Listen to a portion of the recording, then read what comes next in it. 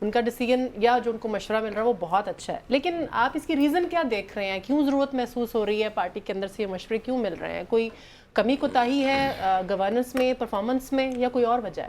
شکریہ سمیرا. ابو بکر صاحب نے ساری بات کر کے نا تو آخر میں انہوں نے ایک گونگلوں سے مٹی جھاڑ دی کہ ساری پارٹیوں میں ایسا ہی ہے. یہ ساری پارٹیوں میں ایسا ہی ہے سے بات شروع کرنی چاہیے تھی اور ساری پارٹیوں کی بات کر کے اینڈ میں یہ بات کرنی چاہیے تھی، لیکن چونکہ وہ ایک خاص مائنڈ سیٹ کے ساتھ بات کر رہے تھے تو انہوں نے وہ سارا مدعا ڈال کے ہاؤس آف شریفز اور یہ فلانا اس طرح لندن فیملی انٹرپرائزز اور اینڈ میں کہا ساری پارٹیوں میں ایسا ہی ہے. ٹھیک ہے، چلیں اس بات پہ ان کی بخشش ہم کر دیتے ہیں.